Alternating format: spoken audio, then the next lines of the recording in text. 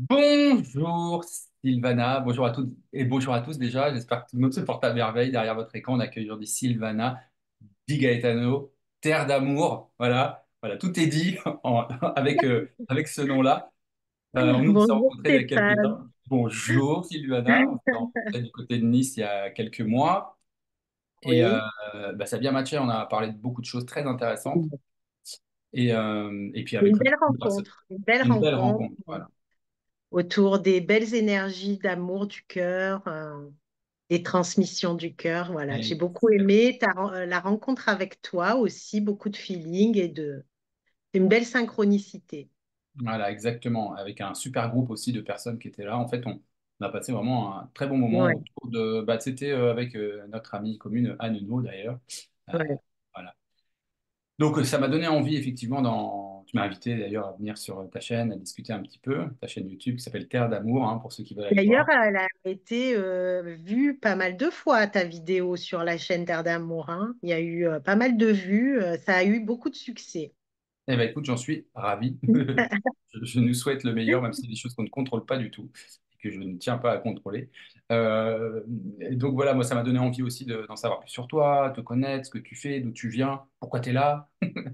C'est un petit peu l'idée de conversation inspirante. Au passage, je vous invite à vous abonner, les amis. Il y a plein de vidéos hyper inspirantes sur des sujets, mais complètement différents les uns des autres et en même temps. Hein. Tu Moi, fais c'est ça un super boulot. C'est génial. Merci beaucoup.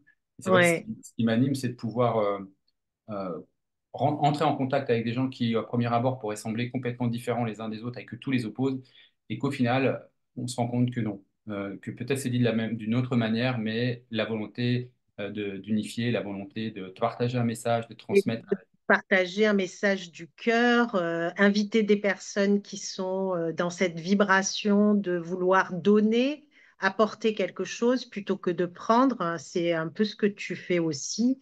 Et je trouve que c'est extraordinaire. En tout cas, moi, quand je travaille sur ma chaîne Terre d'amour, j'essaye de transmettre ça, de pas faire du remplissage pour faire du remplissage, mais faire inviter des personnes comme toi, hein, rayonnantes, et puis d'autres avec qui j'ai eu un feeling super et que j'ai ressenti vraiment ces valeurs, quoi, ces valeurs d'échange, de transmission, de valeurs de cœur. Hein. Tu sais que tu parles beaucoup de cœur et moi aussi, on se Oui. rejoint Ouais. beaucoup sur la vibration du cœur et de l'amour. Donc voilà, bravo pour ce que tu fais, il en faut de plus en plus. Écoute, merci, et merci à toutes celles et ceux qui d'ores et déjà ont répondu positivement comme toi aujourd'hui. D'ailleurs, on a une amie commune bon, je crois Oui. que ta vidéo est passée là maintenant sur ta Non, chaîne. elle n'est pas passée Non, pas encore. encore. C'est la semaine prochaine, mercredi prochain en direct, Nicole Dron. Voilà. Et moi, Ouais, je la tu vois, parlais de Nicole Dron. je l'ai demain. Et bon, je l'enregistrerai comme là, et puis je la passerai un peu plus tard voilà, une femme, je trouve qu'elle incarne parfaitement Ah oui, c'est ça. ça. Ouais. C'est une pierre précieuse qui rayonne tout plein d'amour et de bonté. Et Et, d'humilité. et c'est des personnes comme ça que j'ai envie de mettre en avant et voilà, que les gens puissent se connecter à ces personnes pour expérimenter des vibrations d'amour parce qu'elle incarne cet amour, parce que d'abord elle l'a contacté et toutes les personnes qui ont contacté cette énergie, c'est c'est authentique, ça se sent. Parlons de toi, parce que même si là on parle des autres, etc., ça en dit long sur toi. Qui est Sylvana? D'où tu viens? Qui es-tu? Qu'est-ce que tu fais? Alors bon, j'habite à Nice, comme tu l'as dit, dans le sud, mais je suis d'origine italienne. Voilà, je suis venue en France, j'étais ado, hein. Et puis vraiment, j'ai découvert la spiritualité, on peut dire très très jeune. À l'âge de 15 ans, je commençais à lire des livres de spiritualité, d'études. Je faisais des études un peu ésotériques. J'expérimentais plein d'outils aussi ésotériques, je m'amusais. Mais après, c'est vrai que je me suis rendu compte que j'avais beaucoup de différences avec mes camarades de l'époque. J'avais tout un univers intérieur qui était complètement différent. Et c'est vrai que je me sentais tellement différente que j'avais honte un peu de dire ce que j'étais au fond. C'était quoi ton Et univers, justement, cet en fait, univers différent? je m'intéressais à tout ce qui était spiritualité ésotérique. J'essayais de comprendre aussi le sens de ce monde, le sens de la vie, de la mort. Je me posais des tas de questions que les autres ne se posaient pas forcément. Bon, enfin, mon entourage, on va dire. Donc, je me sentais pas d'en parler. Et c'est vrai qu'aujourd'hui, on se sent beaucoup moins seul qu'avant. Quand j'étais plus jeune, bah, ça remonte aux années 70, hein, personne se posait ces questions, quoi. Et tu te sentais seule et complètement. Enfin, tu avais le sentiment que si tu parlais de ça, on te prenait pour une folle. Alors, ça arrive encore un peu aujourd'hui, mais beaucoup moins quand même, hein. Heureusement on a beaucoup évolué depuis ce temps-là. Et donc, je me suis passionnée par toutes ces questions ésotériques, spirituelles. Et j'ai eu quelques expériences très jeunes qui m'ont un peu impressionnée, bouleversée, des expériences, tu sais, des objets qui apparaissent, qui disparaissent, euh, qui m'ont mis un peu sur la voie que tout ce qu'on était dans le monde physique, tout ce qu'on voyait dans le monde physique était superposé aussi au monde spirituel. Donc, on peut aussi avoir des manifestations spirituelles dans le monde physique. Par exemple, en revenant du Maroc, j'étais partie au Maroc avec mes parents et j'avais 15 ans et je m'étais rendu compte que j'avais déjà vécu dans un petit village qui s'appelle Moulay-Bouslem. Tu vois, c'est un truc qui m'a vachement marqué. Je vais dans ce village, je reconnais tout et je me dis, mais c'est pas possible, quoi. Pourtant, je suis jamais venue là. Bon, pourquoi je reconnais tout? Il y avait aussi des odeurs, il y avait des sensations. Et là, ça m'a ouvert à, qu'on- à la certitude qu'on a vécu plusieurs vies, qu'on n'est pas, que notre âme est multidimensionnelle et que on n'est pas qu'un corps, qu'on a aussi une conscience multidimensionnelle et qu'on a vécu des centaines de vies et que ces vies, elles peuvent aussi se révéler ou se réveiller au cours de notre vie. Et là, ça m'a fait me poser des questions. Bah, tiens, si on a des mémoires qui s'éveillent comme ça pourrait expliquer eh bien, tout ce qui se passe dans le monde, bah, des choses qui sont parfois difficiles à expliquer, le chaos, des enfants qui sont malades. Si le karma existe, ça pourrait expliquer certaines choses. Donc, j'ai commencé à étudier les vies antérieures et je suis tombée sur un livre de mon ami Patrick Drouot, que tu connais certainement, qui est, ben, au départ, c'est quand même un scientifique, hein. Et c'est ce que j'ai aimé chez lui, c'est que c'est un scientifique qui s'est aussi intéressé à la science de la conscience, aux vies antérieures, qui a expérimenté et qui a ouvert des groupes de travail dont j'ai fait partie. Mais quand j'ai commencé à lire son livre, je devais avoir 16 ans, son premier livre. Et son premier livre, il traitait de la spiritualité, de la réincarnation.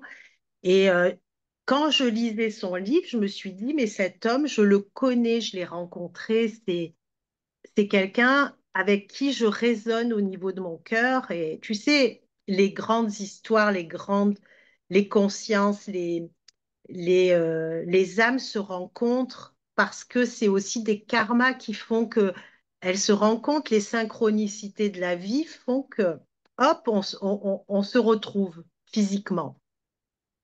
Et c'est ce qui s'est passé avec Patrick Drouot. Quelques années après, je l'ai rencontré, on s'est reconnus parce qu'on avait ce karma ensemble, de karma d'une vie atlante.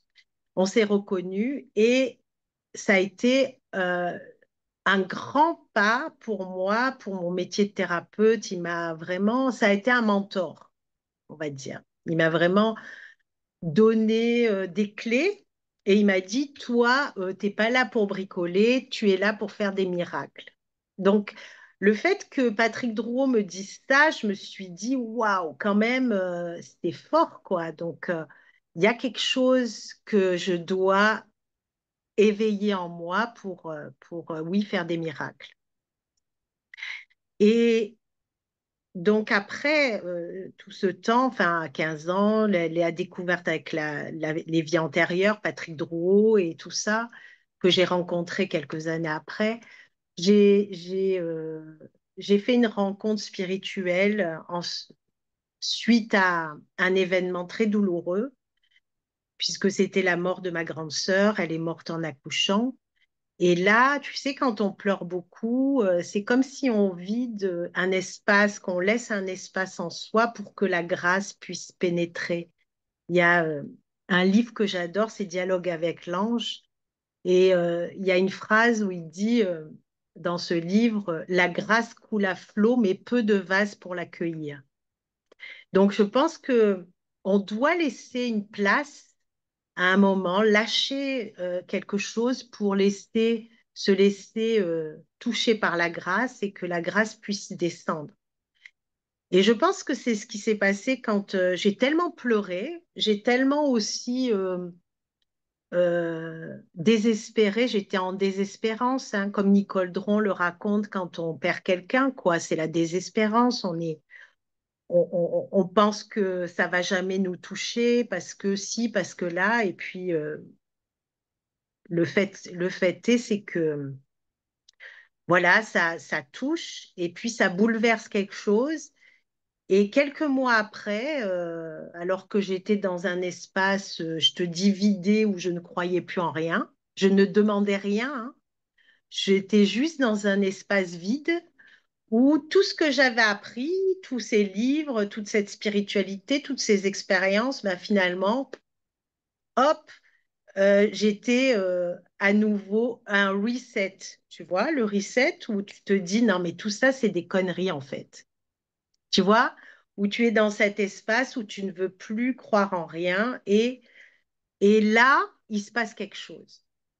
Je crois que c'est un moment que j'oublierai jamais parce c'est une empreinte en moi et il s'est passé en fait une rencontre avec un grand être.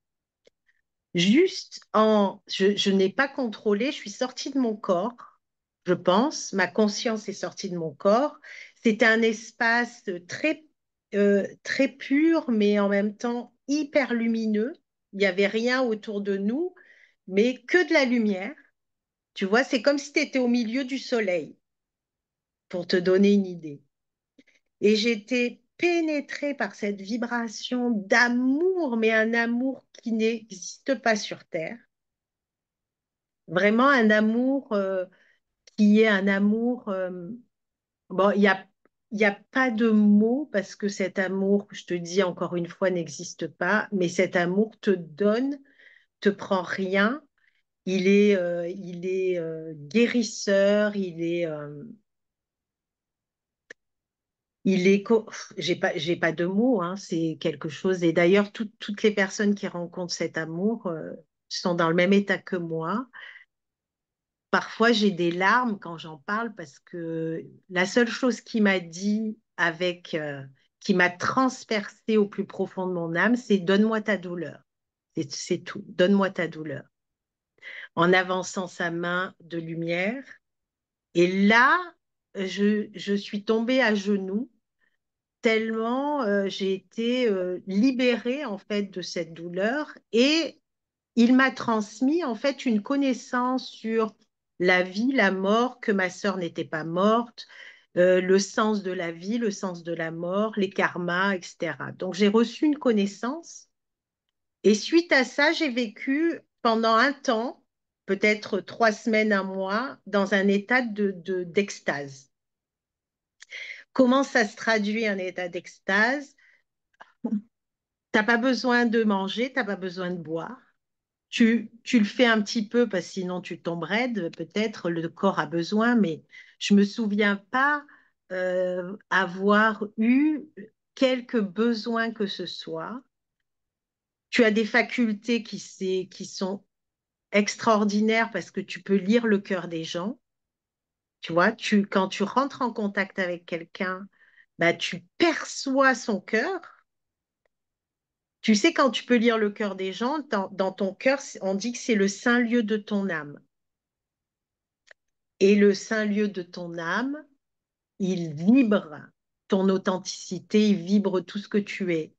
Et si ton cœur, il est souffrant, s'il y a des choses en toi, s'il y a des mensonges, si tu te mens à toi-même, ça se sent, ça se lit, ça se perçoit. Et donc, j'avais ces facultés très fortes que j'ai gardées quand même, beaucoup moins fortes parce que c'est que pendant mes séances où je me mets dans cet état, mais j'ai gardé quand même certaines facultés. Mais si tu veux, c'était l'état qui était impressionnant. Cet état d'extase mystique, un état de samadhi. Puis petit à petit, voilà, je suis revenue un petit peu, on va dire, sur Terre, parce que là, tu n'es plus du tout sur Terre, tu es dans des dimensions beaucoup plus élevées. T'es plus, tu as l'impression de ne pas marcher sur Terre, de flotter. Et suite à ça, je devais avoir 26 ans, 27 ans. Suite à ça, si tu veux, j'ai commencé à rentrer dans une autre vibration. Ça m'a tellement secouée que j'ai commencé à m'intéresser à qui j'étais, revenir à moi, qui Je vais te j'étais. poser une question, justement, pendant que j'y pense et que c'est dans le thème. Parce que tu disais, ta sœur est décédée en donnant la vie. Oui, Ça a été extrêmement bouleversant, ça a été extrêmement souffrant, beaucoup de pleurs, etc. Parce que tu croyais plus en rien à ce moment-là. Il y a un état de grâce qui se produit. Donc quand tu es dans cette énergie-là, qu'est-ce qui se passe avec ta sœur? Quel regard tu poses sur le deuil? Quel regard tu la, poses sur son la mort, départ? la mort n'existe pas, elle est dans la pure lumière. Le petit avec qui, parce que j'avais déjà un neveu qui avait 3 ans et elle est partie avec son bébé, si tu veux. Donc j'ai vu qu'elle était partie, qu'elle a laissé le grand, mais qu'elle est partie avec le bébé. Donc elle était avec son bébé et qu'elle était dans la lumière et que le regard sur la mort avait complètement changé, bien sûr. Un regard sur la mort complètement différent que j'ai gardé. Jusqu'à ce jour. Et pour moi, il y a une fine couche qui nous sépare, une fine membrane entre nous et puis le monde subtil. Et les plans subtils, bien sûr, il y a plusieurs plans, mais là où se trouvent nos envolés, j'aime bien les appeler les envolés plutôt que les morts, parce qu'ils sont pas morts, ils sont toujours vivants. Ils se trouvent dans des régions d'une beauté inouïe. D'ailleurs, Nicole Dron, elle en parle quand elle est partie dans ce tunnel et qu'elle a traversé ce tunnel et qu'elle s'est retrouvée de l'autre côté. Elle parle de cette vibration où tout est vie, tout est merveilleux, tout est lumière et tout est amour. Et je pense que cet amour que j'ai touché, tu es baigné dedans quand tu passes de l'autre côté.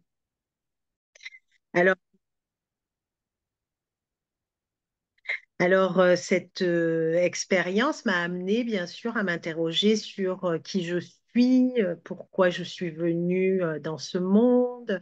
Tu vois, on passe par l'intériorité après, hein. On se reconnecte au je suis, à qui je suis, pourquoi, comment, quelles sont mes facultés. J'ai commencé à faire des études de médecine tibétaine. J'ai adoré d'ailleurs de travailler la médecine tibétaine, c'est hyper intéressant. C'est des médecines qui datent de 2000 ans, hein. C'est la source. médecine un peu chinoise, bon, un peu moins la chinoise, j'ai fait 2 stages, j'ai regardé un petit peu parce qu'il y a beaucoup de similitudes. Et puis ensuite, bien sûr, j'ai travaillé avec Patrick Drouot, comme je le disais, j'ai fait cette belle rencontre avec lui, on a travaillé ensemble les vies antérieures, la médecine vibratoire, travaillé avec les corps subtils, et j'ai ensuite euh, eu une révélation. En fait, c'était en 2012. Non, 2000, ça a commencé en 2009. Et en 2009, je fais un rêve. Et parce que j'ai beaucoup de messages, souvent la nuit, le matin, on vient me parler ou j'ai des choses comme Terre d'amour, on est venu me dire qu'il fallait que je fasse ça. Donc, c'est un peu mes guides qui me transmettent à travers des visions, des messages. Et là, j'ai un crâne de cristal, on en parlait avant de faire cette vidéo, qui vient me voir dans la nuit. Et ce crâne de cristal, il apparaît dans un univers un peu sablonneux, comme tu sais, un désert, mais un désert brillant, un peu, tu sais, le sable un peu qui brille, et puis ce crâne de cristal très beau, arc-en-ciel. Et il me parle, il me dit, viens me chercher, tu es ma gardienne. Moi, en 2009, je t'assure, j'avais jamais entendu parler à aucun moment de crâne de cristal. Donc moi, cette histoire de crâne qui vient me parler, ça me perturbe. J'ai dit pourquoi il me dit de venir le chercher, etc. Donc je commence à méditer et demander qu'on me lève le voile sur cette vision, sur ce rêve, que je puisse comprendre. Et je fais quand même des recherches en parallèle sur le PC, hein, sur l'ordinateur, et je regarde les crânes de cristal. Bon, il y avait des versions où, ben, bien sûr, c'était des crânes il y en avait 13, et puis les 13 crânes, lorsqu'ils allaient être découverts, ben, ça sera un grand éveil pour l'humanité. Les crânes de cristal viennent des galactiques, etc. Donc, bon, moi, je découvre un peu tout ça. Je dis, bon, ben, je ne sais pas où je dois aller chercher ce crâne de cristal, mais il faut que je sache. Une semaine après, j'ai une amie qui m'envoie un mail. Elle me dit, écoute, ça te dit d'aller en Égypte. Je sens que c'est pour toi. Elle était très, très connectée. Elle me dit, je sens que c'est pour toi. Il faut que tu regardes ce voyage. Ça serait bien qu'on fasse ça ensemble. Et je regarde ce voyage en Égypte et je sens mais un coup d'accélérateur. Mais vraiment, tu sens quand tu dois faire quelque chose, c'est énorme le coup d'accélérateur où je sens je dois, mais en même temps, ma fille, ben, il fallait que quelqu'un s'en occupe. Donc, je mets tout en place, tout se met en synchronicité pour ce départ en Égypte. Et là, je me dis dans ma tête, je vais trouver un crâne de cristal là-bas, puisque il vient du désert d'Égypte. En Égypte, il y a toujours le désert, le Sahara, enfin cet espace. Je me dis, c'est là-bas que je vais trouver un crâne de cristal. Donc, je pensais trouver un objet, moi. Trouver, tu sais, un objet, un crâne. Mais en fait, quand je suis partie en Égypte, ce qui s'est passé, c'est que j'ai incarné un crâne de cristal. Je me suis retrouvée dans des temples tout le long, parce qu'on a fait vraiment un périple hyper puissant. Et on a fini à la grande pyramide de Khéops où on est monté dans la chambre du roi et c'était énorme. Et tous les temples qu'on a fait, je recevais des codes, je recevais des vibrations, je recevais des, c'était puissant, quoi. La nuit, quand je dormais, j'avais des portes qui s'ouvraient, puis beaucoup de lumière, et j'étais éblouie par la lumière, tu vois, les portes d'un temple, et puis la lumière qui rentrait. Donc, bon, bah, je me suis dit, bon, le crâne, en revenant, j'ai pas trouvé le crâne, mais il s'est passé quelque chose. Sauf que je ne savais pas qu'est-ce que j'avais reçu. J'avais reçu des codes, j'avais reçu de la lumière, j'avais reçu des vibrations, mais je ne savais pas à quoi ça correspondait, qu'est-ce qui se passait. Alors là, il y a eu une petite période de flottement parce que quand tu reçois une grande énergie ou une initiation, c'est pas toujours confortable. Faut pas croire, hein. C'est déstabilisant, tu te remets en question, tu te dis, mais qu'est-ce que j'ai reçu, mon Dieu? Voilà, qu'est-ce que j'ai reçu? Ça correspond à quoi? Tu as le mental aussi. Il faut avoir un mental très fort pour lâcher prise et laisser descendre. Et là, heureusement, on me met sur mon chemin ce que j'appelle un maître au féminin. C'est une vieille dame qui qui a fait, et qui a eu à écrire beaucoup d'ouvrages sur le féminin sacré.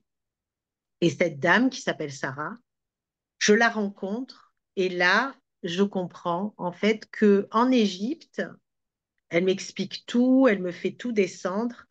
Et en Égypte, j'étais venue récupérer l'énergie de ce crâne, mais aussi récupérer des vies où j'étais prêtresse là-bas. Tu vois, des prêtresses qui ont eu certaines facultés, etc. Tu vois, donc j'ai récupéré des, des, des pans de toutes ces vies. Et lorsque j'ai rencontré cette femme, ce maître au féminin, j'ai vraiment lâché prise et laissé descendre tout ça. Et quelques années après, j'ai commencé à m'intéresser au chamanisme, puisque j'étais réconciliée avec le féminin sacré. Il fallait que maintenant je m'enracine.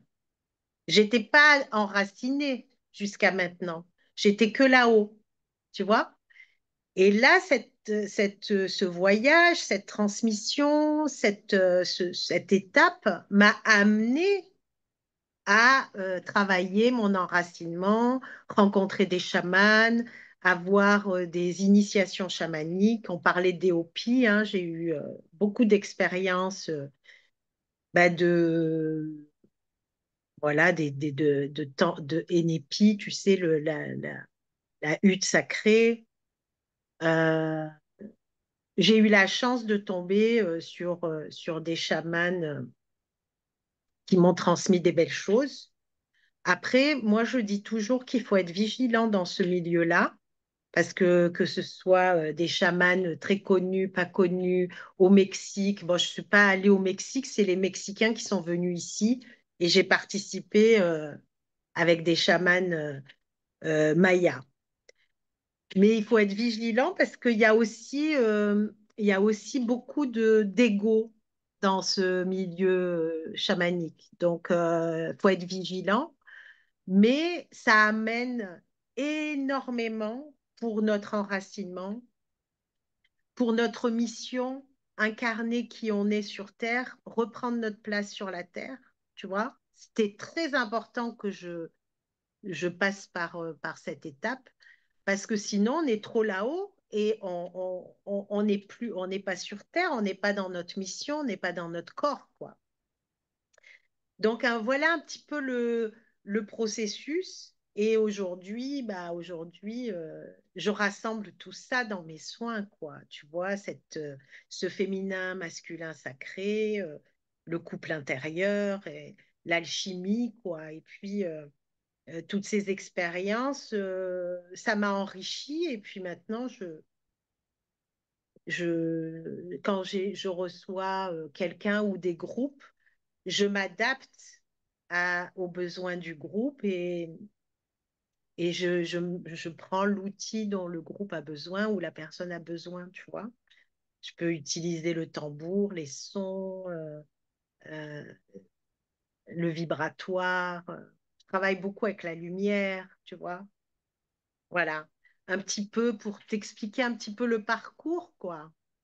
Euh, mon parcours. Et puis ensuite, j'avais envie d'écrire un livre. Ça a été vraiment, ça a pris 4 ans pour écrire un livre qui est pas si épais, mais j'étais jamais contente, donc je refaisais, fait une pause, et puis après, bah, il est quand même arrivé, et puis ça va, je suis contente, il marche bien, donc il s'appelle l'éveil des dons, parce que c'est un processus d'éveiller les dons. Tu sais, dans notre cœur, on parlait beaucoup de cœur, mais je crois que dans notre cœur, on a tout un univers, toutes les facettes de qui on a été dans toutes les vies. Par exemple, la prêtresse que j'ai été, elle est là. La chamane que j'ai été, sûrement dans une autre vie, elle est là. Euh, euh, Toutes ces expériences, bonnes ou mauvaises, hein, elles peuvent avoir encore une empreinte et puis elles peuvent aussi perturber parce qu'elles sont encore là, tu vois. Donc, il faut aller soigner toutes ces extensions de nous. C'est des, c'est toujours comme si on avait des personnalités encore psychoactives, mais à partir du moment où tu fais la guérison du cœur, tu ramènes toutes les pétales de tout ce que tu as été dans le centre de ton cœur, dans l'amour, dans la lumière, et tu réconcilies tout ça. Tu vois, tu alchimises tout ça. Parce qu'il n'y a pas eu que des vies extraordinaires, hein. Il y a eu aussi des vies difficiles. Et je crois que les empreintes, elles continuent d'exister. Et on peut aussi avoir des maladies karmiques, hein, tu vois. Ça peut continuer de s'activer. Donc, c'est important d'aller guérir le cœur, mais toutes les portes du cœur. Tu vois, tu as toutes ces portes qui expriment toutes les dimensions de qui tu es, cet être multidimensionnel. En fait, on est des grands êtres, mais on ne le sait pas, on l'a oublié. On est des grands êtres, on est des êtres avec tout un savoir extraordinaire. Sauf que voilà, c'est encore en sommeil. Et éveiller les dons, c'est prendre tout le meilleur de toi. C'est un exercice qui est extraordinaire, c'est prendre le meilleur de toutes tes vies pour l'offrir au monde aujourd'hui, tu vois, parce qu'on a besoin d'offrir cette quintessence de qui tu es pour que tu puisses être un cadeau pour ce monde, tout simplement. On doit être des cadeaux pour ce monde. Donc, finalement, quand tu dis prendre le meilleur de tout cela, il n'y a pas de meilleur sans pire, il n'y a pas de bon sans mauvais, il n'y a pas de lumière Bien sans sûr, ombre. bien Donc, sûr. la question, c'est que fais-tu de ces parts d'ombre, que fais-tu de ces parts égotiques qui ont leur raison d'être? Euh, Ben oui. Et puis c'est très, très, très intéressant ce que tu dis, hein, parce que c'est vrai, on a tous nos pardons, mais il faut les rencontrer, tout simplement. J'aime beaucoup Annick de Souzenel qui parlait de ces pardons comme des animaux sauvages qui sont en nous. Et je crois qu'il faut aller euh, peut-être amadouer tous ces animaux sauvages, pas les chasser, non, les guérir, leur donner de l'amour. Toutes ces parts d'ombre, elles ont besoin en fait de notre amour, de notre pardon. Tu vois? bien Et une sûr. fois que tu as fait ça, je pense que tu peux réconcilier toutes les parts de toi. Mais d'abord, c'est les rencontrer. C'est ce qui est le plus difficile, c'est rencontrer ses peurs, ses parts d'ombre. On l'a tous fait, ça s'appelle la petite mort de l'âme, hein. On fait des petites morts. Si on n'a pas le processus de la mort initiatique, ben on n'est pas dans l'axe, quoi. Il faut connaître cette petite mort intérieure, cette minoire de l'âme, parce que celle-là, elle nous fait avancer, elle nous fait nous réconcilier, elle nous fait aussi rayonner cette part de nous qu'on a à offrir. Je pense qu'il est nécessaire et obligatoire de passer par une nuit noire de l'ombre, par des souffrances Oui. intenses. Tu penses que c'est euh, obligatoire. C'est-à-dire que tu ne peux Bah, pas alors, faire moi, autrement. je peux pas te dire si c'est obligatoire ou pas, hein, parce que ça, c'est chacun.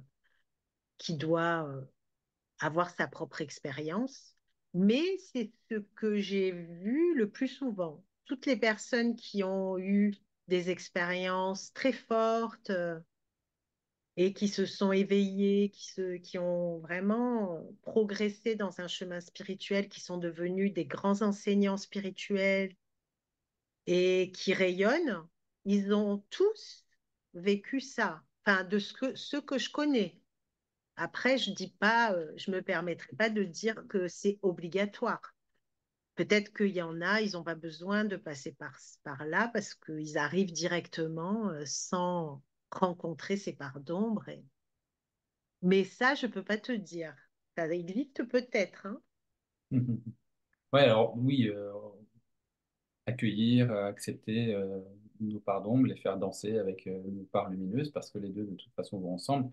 Ça, je pense que ça fait partie de notre incarnation. Après, de vivre des nuits noires de l'âme, c'est différent qu'aller à la rencontre de nos parts d'ombre, parce qu'on peut aller à la rencontre de nos parts d'ombre avec beaucoup de détachement, par exemple. On peut aller rencontrer nos parts d'ombre de manière assez secouante, parfois très secouante. Enfin, je veux dire, les niveaux de réception de ça, les niveaux émotionnels, finalement, ou d'émotivité que l'on vit quand on est face à elle ou qu'on met en lumière, voilà, j'ai envie de dire que ça dépend de tout à chacun. Euh, Oui, mais est-ce qu'il tu as faudrait raison. absolument connaître la souffrance pour pouvoir connaître la lumière? C'est une vraie question parce que les réponses sont divisées, on va dire. En fait, la souffrance, ça agit un peu comme une alchimie intérieure. Tu sais, l'alchimiste, il change le plomb en or. Ça fait un peu le même effet en nous, si tu veux, la souffrance, comme je te disais, quand tu pleures, tu souffres, comme je donnais l'exemple, tu lâches, tu dissous, c'est comme un feu, tu brises, tu dissous, tu enlèves, je pense que ça agit à l'intérieur comme une alchimie. Et à partir de là, ça peut, voilà, libérer quelque chose qui amène à ce que la lumière puisse rentrer. Alors, ça voudrait dire qu'elle n'est pas là et qu'elle viendrait de Elle est l'extérieur. là, Ah, mais elle est encore sous forme de plomb. Il faut, il faut qu'elle soit alchimisée pour ok. devenir de l'or. Elle est là, bien sûr, elle Et est d'ailleurs, là. en alchimie, la phase après l'or, tu sais, la phase après l'or, parce que oui, il y a le plomb en or, mais on peut encore aller plus loin après l'or, c'est la lumière, C'est justement. C'est la voilà. lumière. Ouais. Intéressant tout ça. Et Voilà. aujourd'hui, qu'est-ce que tu proposes? Tu vois, quelqu'un qui regarde cette vidéo, qui voit Sylvana, qui est touché par ton énergie, dit, ah, faut que je rencontre cette personne, faut que je l'appelle, et tout ça. Et elle va te demander qu'est-ce que tu fais, et comment tu peux m'aider. Alors, comment tu aides les gens concrètement Oui. aujourd'hui? Alors, comment j'aide les gens? C'est souvent des personnes qui sont dépressives, en manque de repères. J'ai aussi des ados, j'ai des jeunes hein, qui sont dépressifs, en manque de repères. C'est des gens qui sont dans la séparation, qui sont déconnectés de leur âme. Et moi, je travaille avec leurs guides parce que je suis vraiment toujours en résonance, en contact avec les guides des personnes pour les remettre en contact avec leur âme, avec leur mission d'âme aussi, parce que souvent, quand tu es déconnecté, tu n'es pas dans ta mission d'âme, tu es à côté de tes pompes. Je remets aussi les corps subtils en place parce qu'il y a des décalages quand il y a eu des traumatismes. Chaque traumatisme va générer un choc aussi au niveau subtil, dans les chakras, etc. Donc, tout ça, bah, j'ai la faculté, heureusement, et maintenant, ça fait 25 ans hein, que je fais ça. Donc, je commence à avoir un peu d'expérience, un petit peu, donc j'ai du recul. Donc, je vais remettre en place les énergies pour que la personne, elle se sente plus alignée. Tu sais, quand elle part, quand elle arrive et quand elle part, c'est plus la même, quoi, au niveau énergétique. Même la couleur de sa peau, elle change parce qu'elle a récupéré quelque chose, une énergie, elle a récupéré de la force. Parce qu'il ne faut pas croire que la force nous vient par la nourriture. C'est bien de bien se nourrir, oui, mais nous avons notre force qui nous vient du cosmos, de la Terre. Tu es d'accord avec moi, le qui. Donc, tu peux pas avoir cette force si tu n'es pas connecté, si tu n'es pas enraciné, si tu n'es pas connecté, si tu es dans une déprime totale, la force te manque. Oui, Donc, voilà, on va elle est présente. remettre. Elle est présente au départ, cette énergie vitale. Voilà, Heureusement, de toute façon, qu'on en ait heureusement. conscience ou pas, elle fonctionne. Simplement, c'est vrai qu'il y a des moments où ton champ Voilà, d'information, et notamment dû à la positionnement dans lequel tu es dans la vie, est-ce que tu es en mode survie, est-ce que tu es en mode créatif, est-ce ouais, que quand tu es en mode stress chronique, survie, bah, toute ton attention est posée sur la matière, et donc moins sur l'information, moins sur ton champ d'énergie, moins sur ta vibration. Et du coup, elle se réduit progressivement. c'est Et ça. donc, toi, ce que tu fais, en fait, ce que je comprends et ce que j'entends, c'est que tu permets à cette énergie de recirculer librement en Voilà, permettant une expansion de ce champ c'est ça. d'information. C'est ça. Et aussi, après, dans un deuxième temps, si les personnes elles veulent aller plus loin, bien sûr, c'est travailler les réseaux karmiques, hein, parce que ça, j'ai appris à le faire, ça marche très bien. Donc, on travaille et on guérit ces parts euh, difficiles. Par exemple, un jour, je sais pas si je te l'ai raconté cette histoire, j'ai eu quelqu'un qui est venu me voir et cet homme, il était dans le fret à Monaco, là, et il me dit, mais je deviens fou, j'arrive plus à signer.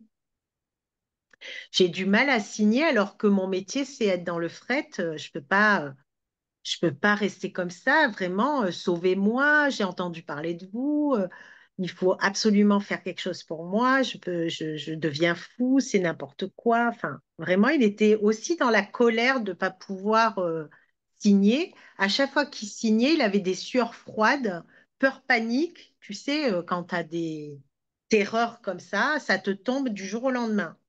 Et ça, c'est des réseaux karmiques, par exemple, tu vois, qui descendent.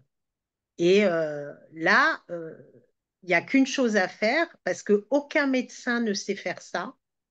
Tu peux donner des antidépresseurs, ça marche pas. Tu peux donner des calmants, ça marche pas. Tu peux rien faire. Il n'y a que ce que je fais qui marche. Enfin, je suis pas la seule à le faire, hein. Mais il n'y a que ça qui peut marcher parce que c'est travailler sur le réseau karmique qu'il faut faire. C'est pas donner des antidépresseurs, hein. Loin de là, hein. Ça partira jamais. Et là, je le vois, et d'un coup, parce que j'ai des images comme ça, j'ai l'image qui arrive d'un chapeau haute forme, tu sais, d'un homme dans l'époque 1900, 1910, 1920. Et je lui dis, mais ça vous évoque quoi cette période de 1900? Il me dit, écoutez, c'est fou ce que vous me dites parce que j'adore, c'est vraiment une époque qui me passionne. Je collectionne les chapeaux de haute forme, je collectionne les soldats de plomb. Il me dit, j'adore cette période. Entre parenthèses, quand on adore quelque chose, c'est qu'il y a une grande influence karmique, hein. C'est jamais par hasard, hein. Donc là, je commence à capter. Et je regarde encore et je le vois entouré d'hommes en train de signer comme des traités de guerre, enfin, des choses qui ont causé la mort de plusieurs personnes. Je ne sais pas si c'est la guerre ou une attaque, enfin après on ne sait pas exactement. On a des images et la situation, hein. Je n'ai pas le film en entier, mais voilà, je comprends qu'il y a quelque chose. Et là, dans ces cas-là, je demande au guide si je peux lui en parler parce qu'il y a des gens, ils sont pas du tout, on n'est pas toujours obligé d'en parler. Mais là, si on en parle, ça va plus vite. Il y a une compréhension aussi consciente. Et là, je ressens que je peux en parler. Je lui explique ça. Je lui dis, écoutez, je vous vois comme ça, comme ça, comme ça, dans un espace, un grand bureau ovale avec. Il me dit, écoutez, c'est fou, ça fait des semaines que je fais ce cauchemar. Entre parenthèses, quand on fait des cauchemars, c'est souvent des réseaux karmiques. Ça, les gens ne le savent pas toujours. Tu vois, c'est des karmas qui ressurgissent. Actuellement, avec la montée vibratoire et l'accélération vibratoire, tous les karmas remontent, hein. On peut rien y faire. C'est pour ça qu'il y a les gens, ils deviennent fous, violents. C'est des karmas qui remontent, tu vois. Donc là, je lui fais la guérison de ce karma et il n'a plus jamais eu de soucis avec la signature, Excellent. tu vois. Parce qu'on a vraiment ciblé le problème, le réseau karmique et on l'a nettoyé, Mhm. tu vois. Donc je fais beaucoup ça aussi. Et ça marche super fort dans tout ce qui est traumatisme, les problèmes comment ça s'appelle quand tu as une peur panique du jour au lendemain, quand tu as des tensions, peur du tonnerre, peur des feux d'artifice. Euh, il y a une femme aussi, elle n'arrêtait pas de se laver, elle a eu 1 000 € d'eau, de dépenses d'eau, elle se lavait tout le temps, elle prenait même des éponges, des Spontex. Et en fait, je suis remontée dans une vie où elle était malade, la lèpre. Tu sais, et quand à l'époque, quand tu es malade de la lèpre, ils te mettaient à part et tu étais pestiféré, quoi. Tu étais sale, tu te sentais sale. Elle est remontée avec cette vibration de saleté, tu vois. Donc j'ai Ouais. nettoyé et voilà, puis c'est parti. Mais quel est le médecin qui peut la guérir, cette femme? Il peut pas se dire, ah ben tiens, c'est un truc karmique qui remonte. C'est rare quand un médecin, il Ah, a peut-être Luc Baudin. Oui, voilà, mais bon. Euh, yes, merci beaucoup. Et donc là, on arrive tout doucement vers la fin de cette Oui, ah ben, conversation en tout cas, inspirante, hein, facile, d'ores et déjà. Euh, que- Comment on peut te joindre déjà? Et puis, c'est quoi ta vision là sur les prochaines années, sur les prochains mois, les prochaines semaines? Qu'est-ce que tu as mis en route? Peut-être des retraites? ben, comme je te disais, mon voyage à Bali, là, du 5 au 19 avril, j'espère que 2025. voilà, qu'il va se faire un voyage spirituel, euh, initiatique aussi, et à Bali avec des belles connexions. Ça va être très très beau. Et puis après, quel projet, ben, à part le voyage, ben, continuer ma belle aventure, hein. Moi, je me sens à ma place tout le temps, tu vois. Donc, Ouais, je veux ok. continuer comme ça le plus longtemps possible. Bah, écoute, je vais te poser deux questions. La première, c'est si jamais tu devais changer quelque chose dans ta vie, est-ce que tu changerais quelque chose déjà? Et si oui, tu avais une baguette magique, si tu devais changer quelque chose, qu'est-ce que ce serait? Alors, cette question, c'est vrai elle est pas facile parce que j'ai pas envie de changer quelque chose dans ma vie, mais quand même, j'aimerais être plus dans une énergie de voyage, tu sais, de programmer, programmer toujours au moins 1 ou 2 fois par an des voyages initiatiques. Rentrer dans cette vibration, c'est quelque chose qui me plairait beaucoup. Donc ça commence là. J'ai commencé à initier le premier voyage, mais continuer. Et changer quelque chose, c'est peut-être être un peu moins absorbé par les téléphones et Internet, parce que je me suis rendu compte quand même, je m'oblige à les laisser un peu de côté, mais je me suis rendu compte qu'il y a une forme d'addiction. J'ai aucune addiction en rien, mais le téléphone, je me suis rendu compte que si je pars de chez moi sans téléphone, je suis capable de revenir pour chercher mon téléphone. Ça, c'est pas normal. Donc, Ok, ce serait peut-être me détacher un petit peu de tout ce qui est téléphone et Internet. ok, donc il n'y a pas tu changerais rien dans ta vie, dans ton passé, dans qui tu es pour vivre une autre vie.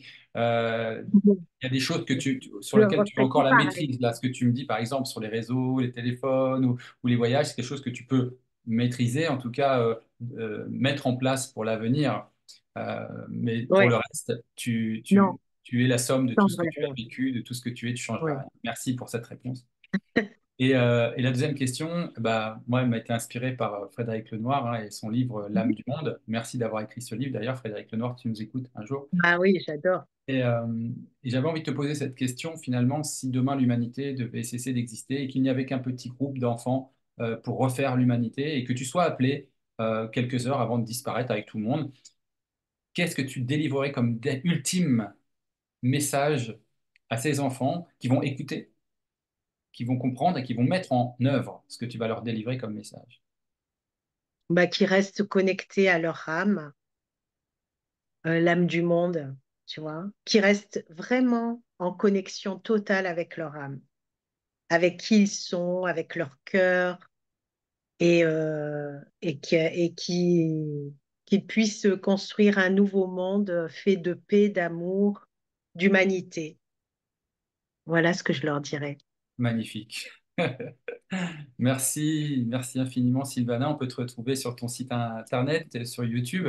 Donc, tu as un site internet qui s'appelle Terre d'amour, qui est vraiment en plus solidaire. Il y a beaucoup d'entraide, Ouais. Et j'ai d'espace, mon site perso qui s'appelle bio-énergétique.com. Donc, bio-énergétique.com. voilà. Et puis, la chaîne, hein, vous pouvez vous abonner euh, et recevoir toutes les notifications des conférences à venir, dont celle de Nicole Dron la semaine prochaine. Euh, terre-d'amour.com. Non, .com, non, c'est Terre d'Amour, quoi. YouTube, Terre Ouais, d'Amour. YouTube, Voilà. Terre d'amour. Voilà. Eh bien, Voilà. merci. Comme ça, vous pourrez vous abonner et à Terre d'amour et à la chaîne Stéphane Robin, où vous pouvez retrouver tout plein de conversations inspirantes. Merci d'avoir joué le jeu. Merci d'avoir été aussi naturel et authentique, parce que c'est quelque chose pour moi, en tout cas, de mon regard qui est essentiel. Je te souhaite le meilleur. Merci, Stéphane. Voilà. Et puis, tu reviendras sur Terre d'Amour bientôt, hein. Mais quand tu me dis, tu choisis le thème, si je peux, si je suis en capacité de l'honorer, bien sûr, avec joie. Ouais, avec plaisir. Salut Sylvana. Salut, au revoir à tous. Au revoir à tous.